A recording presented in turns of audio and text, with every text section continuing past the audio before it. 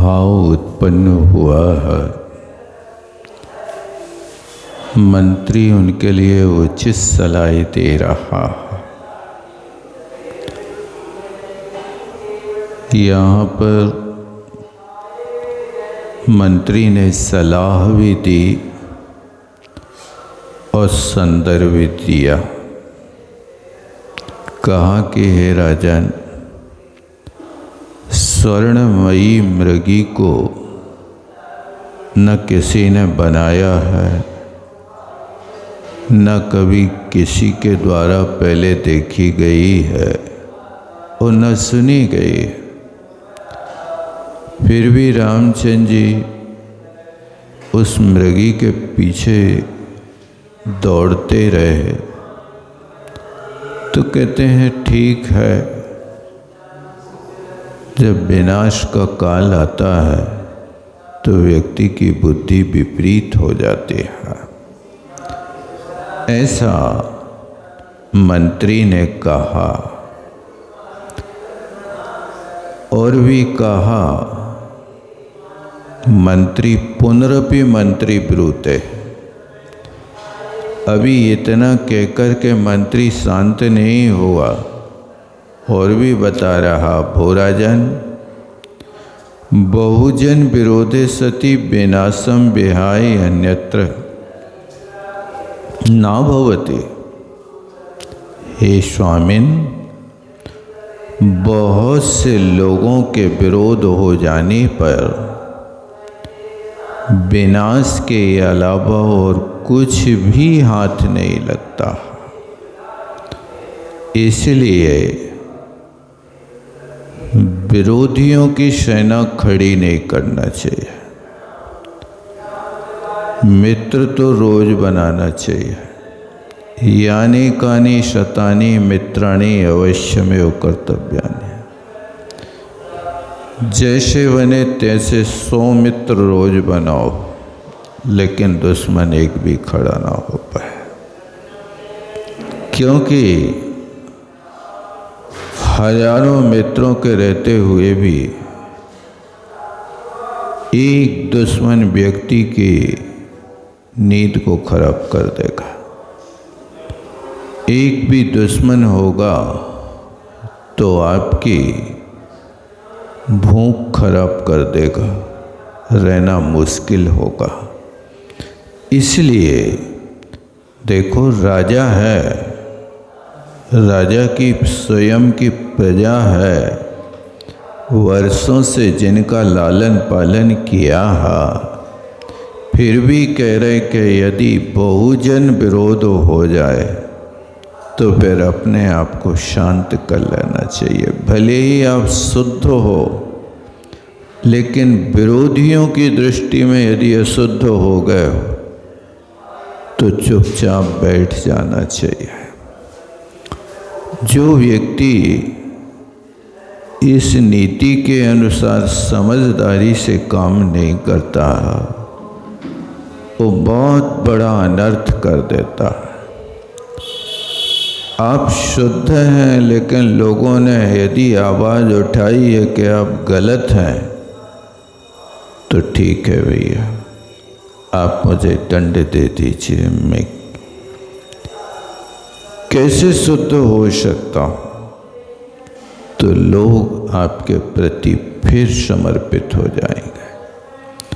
अन्यथा लोगों को टूटने में देर नहीं लगेगी। हठाग्रह कभी अच्छा नहीं होता। अत्र यथ सुयोधन राजाख्यानम शृणु सावधानो भूत्वा।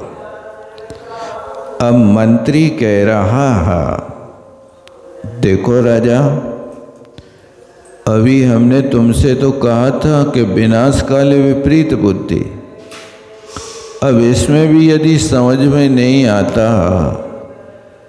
तो मैं एक सुयोधन राजा का कथानक तुम्हें सुनाता हूँ, सो तुम ध्यान दे करके सुनो। सावधानो भूत्वा, सावधान होकर माने एकाग्र चित्त होकर के सुनिए इस राजा का दृष्टांत। तथा ही हस्तिनापुरे सुयोधन राजा, हस्तिनापुर नाम के नगर में सुयोधन नाम का राजा था। दुष्ट निग्रहम शिष्ट पाल्यम च करोति, राजा का ये कर्तव्य है दुष्टों का निग्रह करे और शिष्टों का पालन करे, सज्जनों का पालन करे। साधक का कर्तव्य है कि पापों का निग्रह करे और पुण्य का संग्रह करे। दोनों के लिए नीति है। लोक व्यवहार में यदि आप चल रहे हैं और आप सामर्थ्यशाली हैं, राजा हैं, तो दुष्टों का निग्रह करिए और सज्जनों का पालन करिए। आप साधक हैं तो साधक के जीवन में कोई व्यक्ति दुष्ट नहीं होता, पाप दुष्ट होते हैं। उन पापों का तो यहाँ पर निग्रह करना, और पुण्य सज्जन है इसलिए वो शिष्ट का पालन करना, ये साधकों का भी कर्तव्य होता है।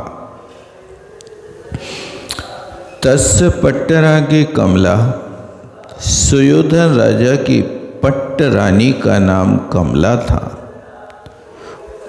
तयो पुत्रो गुणपाला, उन दोनों के सुयोधन राजा और कमला रानी के गुणपाल नाम का पुत्र था और मंत्री उनका पुरुषोत्तम था। किसी भी कथानक में ये पात्र मुख्य होते हैं, राजा, रानी, उनकी संतान और मंत्री।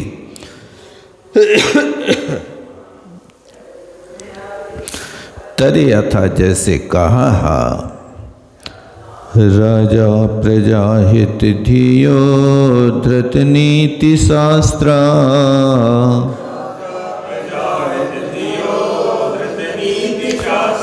सर्वोपधि सुच सदैव विशुद्धि भाजा,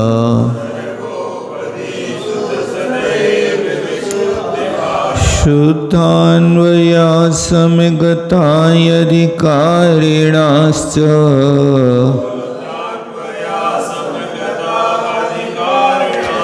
कल्याणिनो ननु नृपस्य भवन्तमात्या,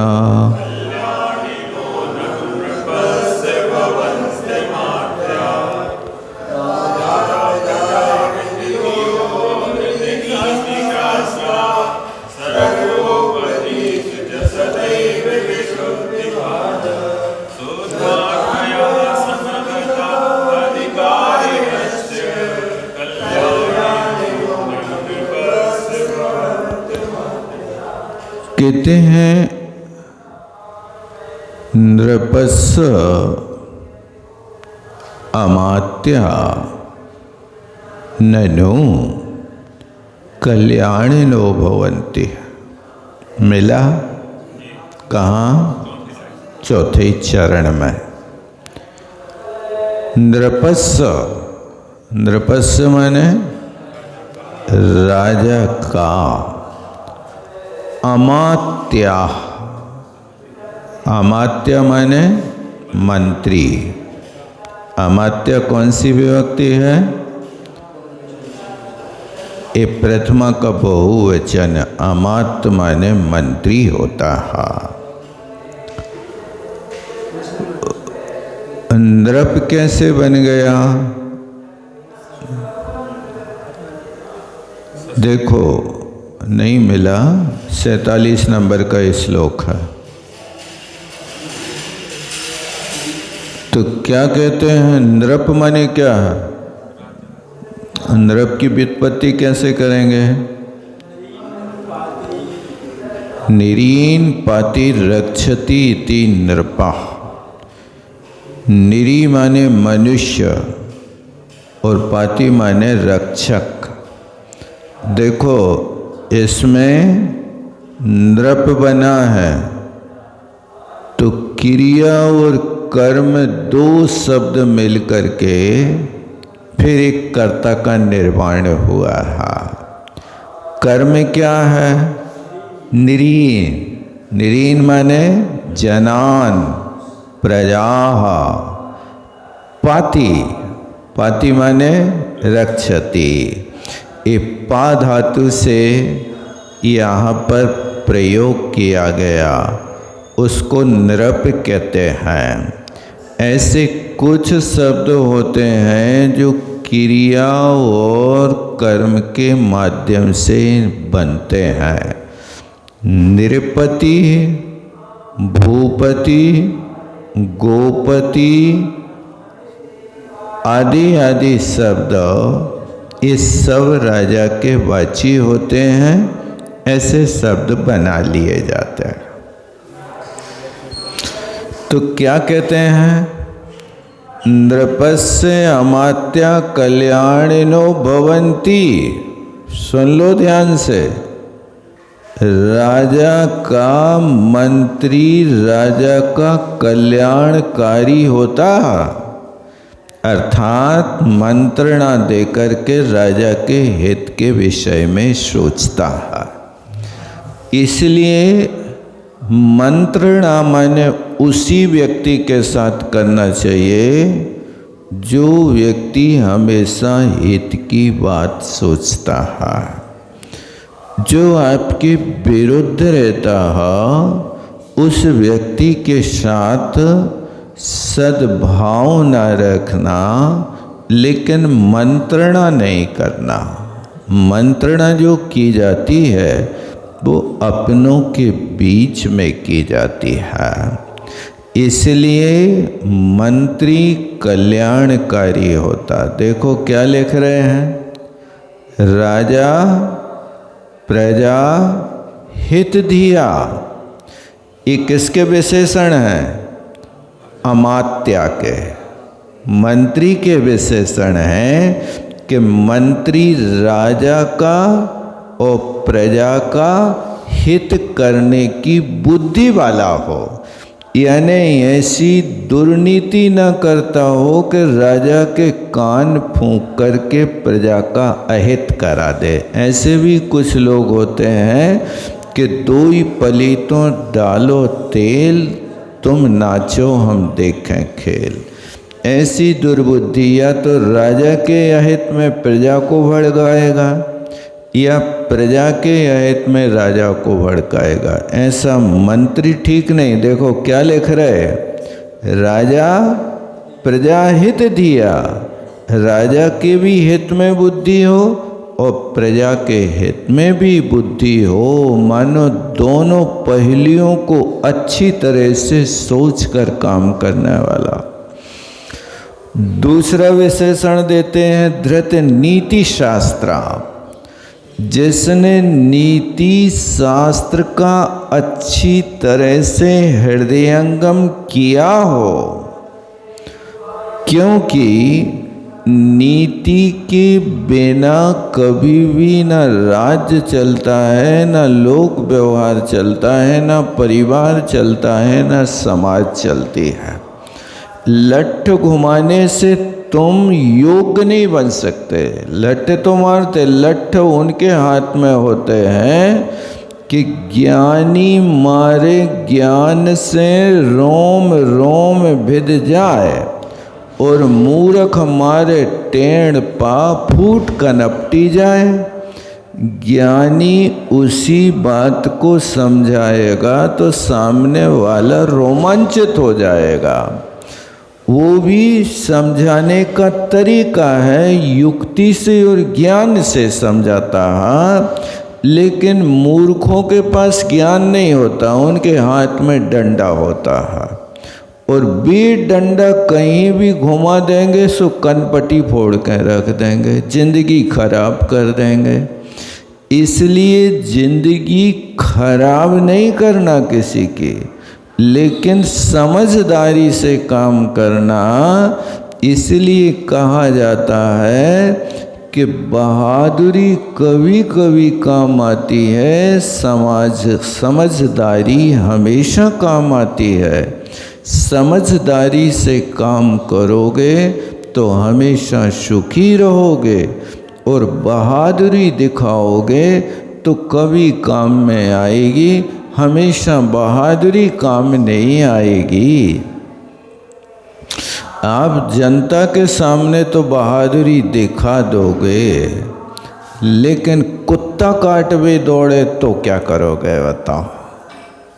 कुत्ते के सामने क्या बहादुरी दिखाओगे? अब एक आध कुत्ता हो तो पत्थरा मार दो। अब यदि 10-20 कुत्ता एक साथ झूम पड़े, उस परिस्थिति में तुम्हारा एक आध हाथ या पत्थर काम करेगा कि नहीं करेगा? उनके पास 20 गुनी शक्ति है, वे पत्थर का खा कर के भी व्यक्ति को खाने की चेष्टा ही करेंगे। इसलिए समझदारी से काम करना। कुत्ता भौंके तो कोई एक्शन नहीं करना, चुपचाप खड़े हो जाना, क्योंकि खड़े होने पर फिर कुत्ता की ताकत कम हो जाती है। भागोगे तो वो तुम्हारे पीछे भागेगा, पिछलग्गू बनेगा। खड़े हो जाओगे तो फिर उसके पैर ढीले पड़ जाएंगे। ये धृत नीति शास्त्र हमेशा नीति शास्त्र के अनुसार जीवन चलाना चाहिए। हवा किशोर ज़्यादा बह रही है, उस हवा का रुख देखना चाहिए। यदि हवा आपको पीठ पीछे मिलती है तो आपकी यात्रा सफल है। यदि सन्मुख हवा है तो आपके रास्ते को रोकेगा, आपकी आँखों में कचरा भरेगा, आपके मुख में कचरा भरेगा, चलना मुश्किल हो जाएगा। इसलिए हवा के रुख को देखने की हमेशा प्रतीक्षा करो। हवा किस दिशा में चल रही है, वो किसान हमेशा हवा की प्रतीक्षा करता है। जब खलिहान में उसके यहाँ अनाज पड़ा रहता है, अब वो जिस दिशा की हवा होती है उस दिशा में अपनी तिपाई खड़ी करके और काम करने में जुट जाता है। अब वो सोचे कि जब पूर्व में हवा चलेगी तभी मैं उड़ाऊनी करूँगा। अरे मूर्ख, तेरी इच्छा के अनुसार प्रकृति बदल सकती है नहीं। जहाँ चल रही वैसा तू मुख बदल ले तो तेरा काम होगा, अन्यथा तो तू खड़ा रहेगा। तेरी इच्छा के अनुसार प्रकृति बदलने वाली नहीं है। तुम पूर्वमुखी हवा चाहो तो नहीं मिलेगी। कभी हो सकता जब पूर्वमुखी हवा चले तब तुम्हारी उड़ाऊनी का काम न चले, ऐसा भी संभव हो सकता। इसलिए धृत नीति शास्त्र, जिनने नीति शास्त्र को अच्छी तरह से देखो पढ़ा नहीं, क्या लिखा है? धृत। धृत माने ध्री धारण पोषणयो धातु से लिखा है। उसको धारण करो हृदय में और हृदयंगम करो। और नीति शास्त्र एक नहीं, देखो क्या लिखा, बहुवचन दिया। धृत नीति शास्त्राः, अनेक शास्त्रों का अध्ययन करिए। सर्व उपदिषु सदैव विशुद्धि भाजा, और तुम उपाधियों के पीछे दौड़ने की कोशिश मत करना, क्योंकि उपाधियाँ जितनी होती हैं व्यक्ति के लिए विशुद्धि करने वाली नहीं होती हैं। लौकिक के द्वारा दी हुई जो उपाधि है वो उपाधि में टांग खींचने वाले लोग बहुत होते हैं। थोड़े समय के लिए आपको कोई पद दे दिया, ये पद तो प्रलोभन है, तुमसे काम लिया जा रहा है, तुम्हें इस कार्य के लिए हमने प्रचार मंत्री बनाया है, तो पाँव का उपयोग करो, दौड़ते रहो। कहाँ? प्रचार दुनिया में चारों दिशाओं में करो, तब तो प्रचार मंत्री हो। यदि नहीं दौड़ोगे तो तुम्हारा पद छीन लिया जाएगा। वित्त मंत्री बना दिया, दिन भर रखवाली करो पैसा की, रात भर रखवाली करो, लेखा जोखा पाई का करो। यदि 50 रुपया की भूल हो जाएगी तो तुम्हें अपने जेब से चुकाना पड़ेगा बेटा। इधर उधर कहीं हो जाए, यदि नहीं चुकाओगे तो लोग फिर विज्ञापन करेंगे, इतने रुपयों का गबन कर दिया। नहीं होता है ऐसा, आए दिन हो रहा। इसलिए उपधिषु, उपधियों में विशुद्धि भाज, माने ऐसी उपधि तो हो के जिससे विशुद्धि बढ़ती रहे, लेकिन ऐसी उपाधि नहीं होना चाहिए कि जो अनेक से बैर करा देवे। क्योंकि आप जो भी कार्य करोगे वो कार्य करते एक नियम ये है कि व्यक्ति के पास पद आता है तो फिर अधिकार आते ही अहंकार बढ़ जाता है। क्या? अधिकार आते ही अहंकार बढ़ जाता। आप अभी जमीन में बैठ रहे हो और अध्यक्ष बना देवें तो फिर आप कहोगे घुटने में दर्द, मुझे तो सिंहासन ही चाहिए, अब मैं नहीं बैठ सकता जमीन में। घुटने में दर्द है कि मन में दर्द है? कहाँ पर दर्द है? वो मन कहता है कि तुम इतने बड़े होकर के, समाज के अधिकारी होकर के जमीन में बैठोगे तो दुनिया क्या कहेगी। इसलिए अध्यक्ष की कुर्सी अलग होती है भाई साहब, नहीं होती? होता है। देखो ये कह रहा है सर्व उपधिषु विशुद्धि भाजा। कुछ भी करे लेकिन विशुद्धि बढ़ती रहे। शुद्धान्वया, देखो मंत्री भी शुद्ध कुल का होना चाहिए। अन्वय कहें, कुल कहें, परिपाटी कहें, ये सब एकार्थवाची हैं। शुद्ध कुल का होगा तो उसके परिणाम शुद्ध होंगे। यदि अशुद्ध कुल का होगा तो उसके परिणाम योग्य नहीं होंगे। अधिकारिण से समागता, और किसी के अधिकार देने से अधिकारी ना बने। हर नीति पर, युक्ति पर स्वयं अधिकार रखता हो। ये अधिकार प्राप्त है, माने तुम्हारे दिए हुए अधिकार नहीं। प्रकृति से कुछ लोग ऐसे होते हैं कि जो अपनी बात रख देवें तो सर्वमान्य होती है, उनके लिए फिर कोई काट नहीं सकता।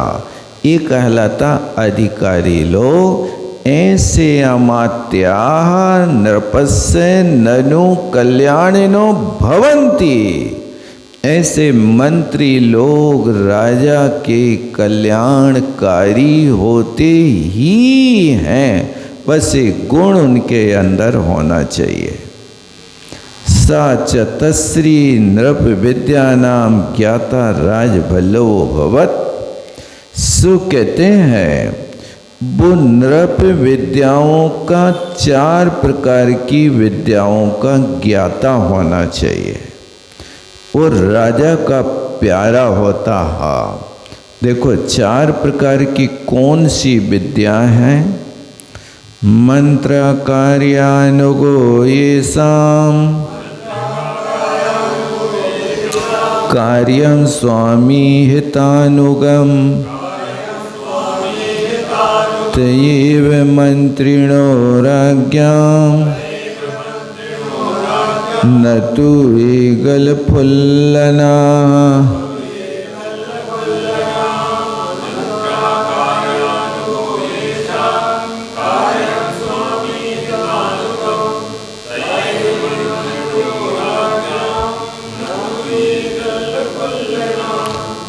अब कहते हैं मंत्रिणः राज्ञां तेयो। राजाओं के मंत्री ऐसे होना चाहिए। कैसे होना चाहिए? मंत्रा, यानी जो बात राजा और मंत्री के बीच में हुई है वो बात किसी तीसरे के कान में नहीं जाना चाहिए। मंत्रणा 4 कान में होती है। षटकर्णी मंत्रणा, यदि 6 कानों की मंत्रणा हो गई तो फिर विज्ञापन हो जाएगा, लीक हो जाएगा, आप उसके लिए फिर संभाल कर नहीं रख पाओगे। इसलिए मंत्रणा का अर्थ होता ही ये है कि जो मन एक मन से दूसरे मन में पहुंच करके सबकी रक्षा करे, वो मंत्रणा कहलाती है।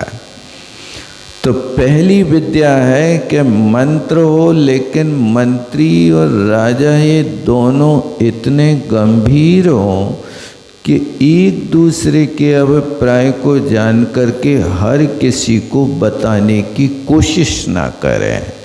कार्य करें लेकिन बताने की कोशिश ना करें, अन्यथा तो फिर वे घूमते रहते हैं। कौन? गुप्तचर। वे जाकर के आपकी मंत्रणा को प्रकट कर देते हैं। दूसरा है कार्यानुगा। मंत्री ऐसा हो कि कार्य के अनुसार, समय के अनुसार कार्य करने वाला हो, विपरीत कार्य ना करने वाला हो।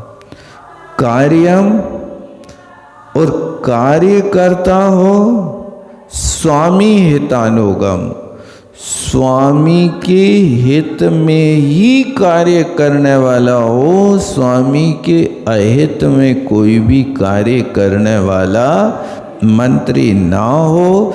ये 4 विद्याओं के साथ में राजाओं के मंत्री होते हैं। न तू ये गल फुल लेना, अकेले गाल फुला फुला करके जो कहते हैं मैं ये करूँगा, मैं ये करूँगा, लेकिन वे सब निकम्मे होते हैं। ऐसे राजा के मंत्री नहीं होना चाहिए, और ऐसे होना चाहिए ये बात इन्हें कही। तत्र स्वामी कार्यरता, उनमें स्वामी के कार्य में रत। देखो आप कथानक किसका सुन रहे हो?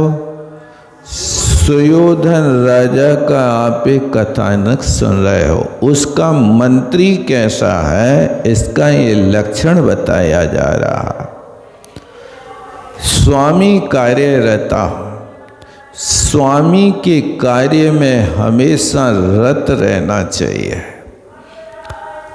कपिला पुरोहितो, स्वामी के प्रति कपट नहीं होना चाहिए।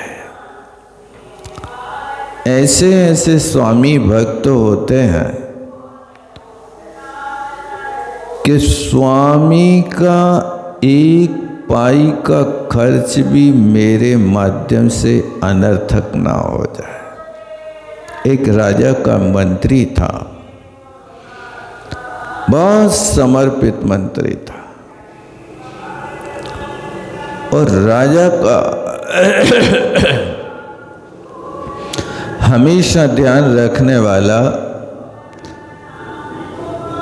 और संपत्ति का कोष का वर्धक था। एक दिन मंत्री अपने घर पर कार्य कर रहा था। राजा के कार्य में संलग्न था। उस समय मंत्री से मिलने एक आदमी आया। तो जब उस आदमी ने मंत्री के कक्ष में प्रवेश किया तो मंत्री ने एक दीपक बुझा दिया और दूसरा दीपक जलाया और फिर उस व्यक्ति से बात की। तो तो उस व्यक्ति को बड़ा आश्चर्य हुआ जब बात हो गई और जाने लगा। तो उसने पूछा कि मंत्री महोदय, आप ये बताएं कि इसमें रहस्य क्या है? हमारे आने से आपने ये दीपक बुझा दिया और ये दीपक जला लिया, ये कोई जादू टोना तो नहीं है? मंत्री ने कहा कि भैया कोई जादू टोना नहीं है। बात है कि जब आप नहीं आए थे तब मैं राजा के कार्य में संलग्न था। उस समय में राज दीपक जला रहा था। अब जब राज की कार्य समाप्त कर दिया और आप पर्सनल मुझसे मिलने आए, तो मेरा कर्तव्य है कि राज की वित्त को अपव्यय नहीं करना चाहिए। वो मेरा निजी कार्य है, इसलिए निजी कार्य के लिए मैंने अपना दीपक जलाया है। अपने तेल का उपयोग करूंगा, अपने निजी कार्य में राजा का तेल व्यय नहीं करूंगा। देखो, ये वित्तवर्धन, स्वामी भक्ति, ईमानदारी जहाँ ऐसी होती है, वहाँ पर लक्ष्मी स्वयं उस व्यक्ति का पीछा करती है। आज तो रिश्वत से दुनिया चल रही है। पूछा, रिश्वत तो नहीं लेते? बोले भैया मैं तो ऋषिवत रिश्वत लेता हूं। ऋषिवत माने जैसे साधु ले तप बढ़ावन हेतु, तप के बढ़ाने से जैसे साधु आहार लेते हैं, इसी तरह ऋषिवत में भी रिश्वत लेता हूँ और यदि ज़्यादा हो जाए तो भगवान को समर्पित कर देता हूँ। रिश्वत तो रिश्वत है। नीतिकारों ने तो कहा, रिश्वत में हाथ ना लगाना, कर्तव्य को सदा निभाना।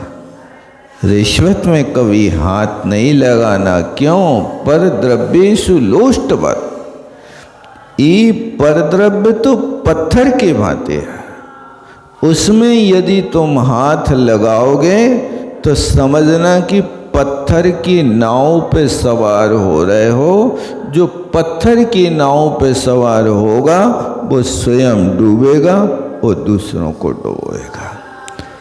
रिश्वत की संपत्ति से कभी कोई अमीर नहीं बने हैं, बेमूल और लेके चले गए। जो उनसे लिया उसके साथ आपका और मूल चला जाता है। इसलिए इसको ध्यान रखना। ऐसे स्वामी भक्ति में रत रहने वाले मंत्री होते कि जहाँ 2 बूंद तेल की भी राज्य की रक्षा करते हैं। मैं अपने निजी कार्य के लिए अपना तेल खर्च करूँगा, राजा का तेल खर्च नहीं करूँगा। ये क्या भाव रहते होंगे राजा के, क्या भाव होंगे मंत्री के। और ऐसे मंत्री और राजा के बीच में रहने वाली प्रजा तो राम राज्य करती होगी, जहाँ पर कोई लूटने और ठगने का भाव नहीं है। कपिला पुरोहिता, कपिल नाम का उनका राज पुरोहित था। पुरोहित समझते? पंडित, राज पंडित, विधि विधान करने वाले। जप होम विधान आशीर्वाद दान सावधाना। वो कपिल जप करता था, होम करता था, विधान करता था और आशीर्वाद देता था। आशीर्वाद क्या? नंदो, चिरायु हो, कुशलम हो, आदि आदि ये आशीर्वाद के शब्द होते हैं। तुम हमेशा जीते रहो, शुभम हो, कल्याण हो, शतायु हो, चिरायु हो, ये सब कहा जाता ना। भार्या लक्ष्मी, कस्य भार्या? कपिलस्य।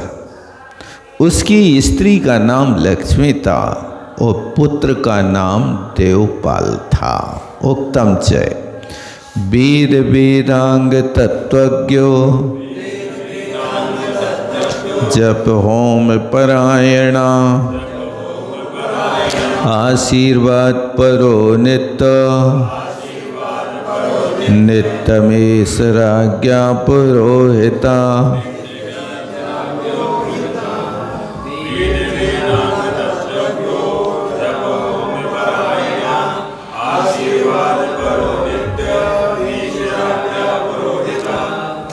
राज्ञा पुरोहिता ये सहा, राजा का पुरोहित ऐसा था, वेद पाठी था, वेद की एक एक ऋचाओं का ज्ञाता था। वेदांग, वेद और वेदांग, यानी वेद तो चारों वेद हो गए, अब एक एक वेद के और कितने कितने अंग हैं वो वेदांग। जैसे आप व्याकरण पढ़ रहे हैं ना, तो व्याकरण में क्या है? अष्टाध्यायी है। एक एक अध्याय के 4-4 पाद हैं। तो वहाँ पर वो कौन से अध्याय के कौन से पाद का कौन सा सूत्र आप पढ़ रहे हैं? अष्टाध्यायी का पहले नंबर का सूत्र कौन है?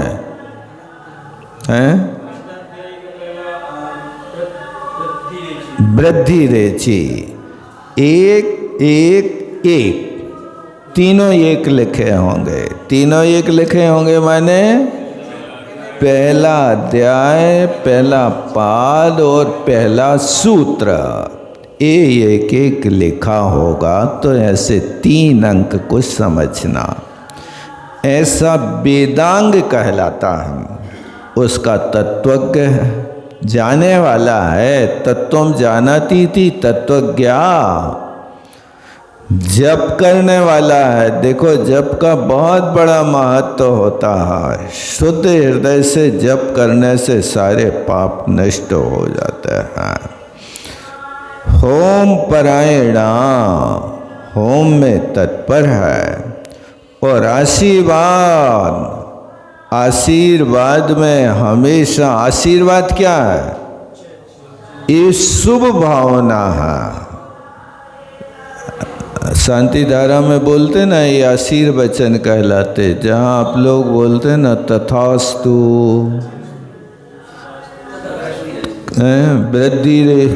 वृद्धिरस्तु, तुष्टिरस्तु, कल्याणमस्तु, तो जे आशीर्वाद दिया जा रहा, आशीर्वचन है। वृद्धिरस्तु, वृद्धि होवे। काय की वृद्धि होवे? बुद्धि की के रिद्धि की? बुद्धि, रिद्धि, समृद्धि।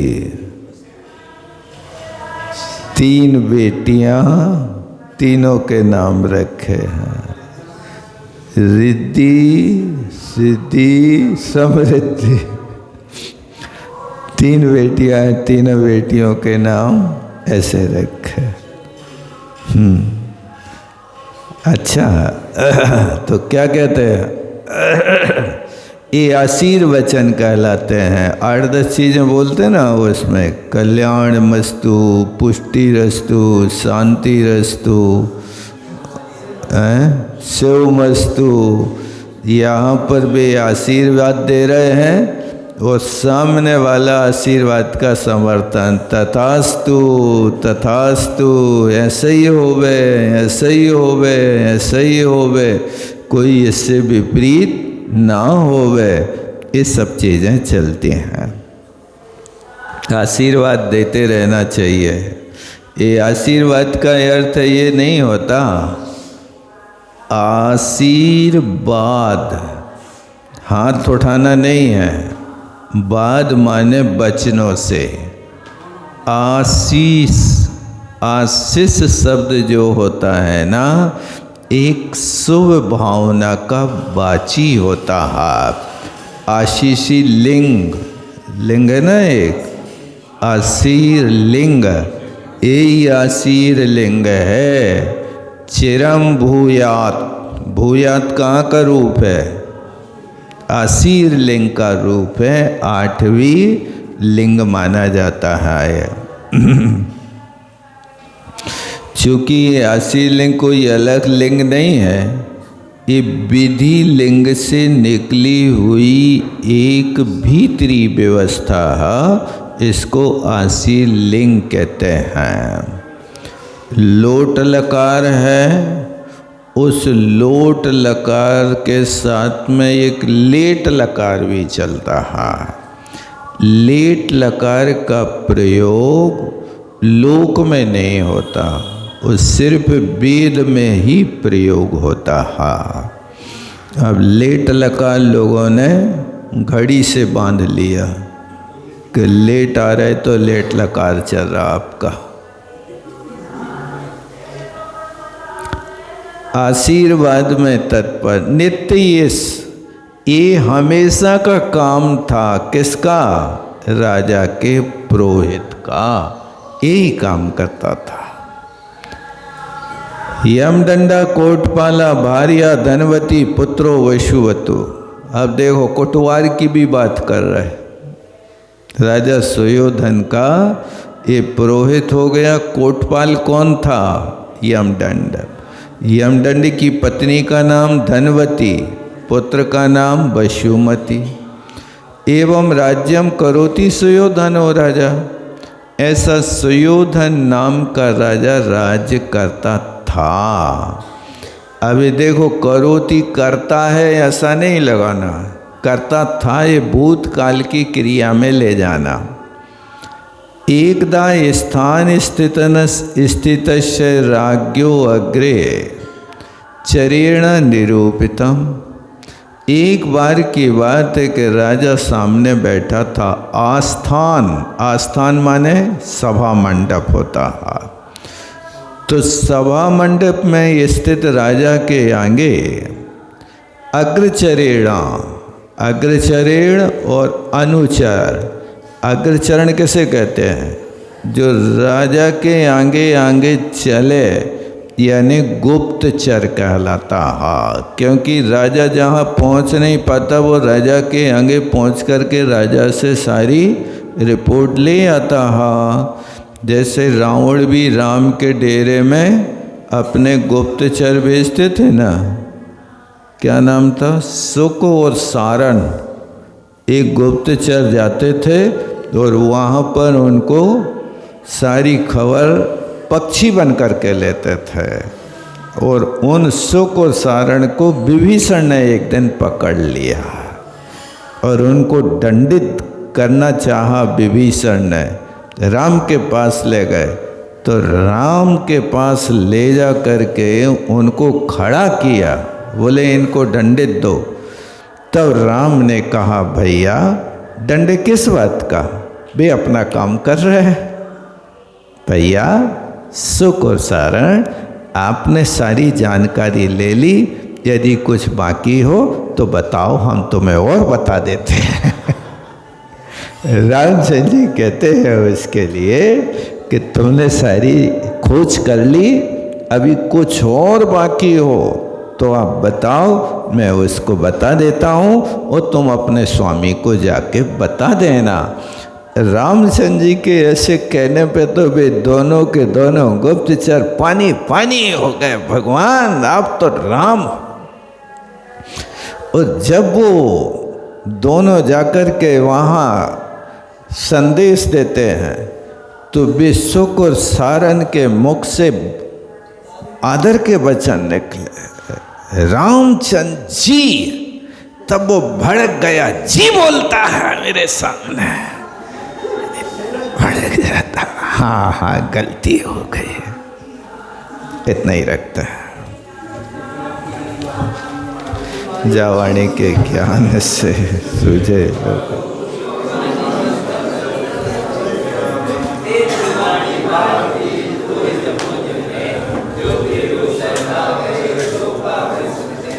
देव भजो अनंत को गुरु सेवा अतन पालो सदा।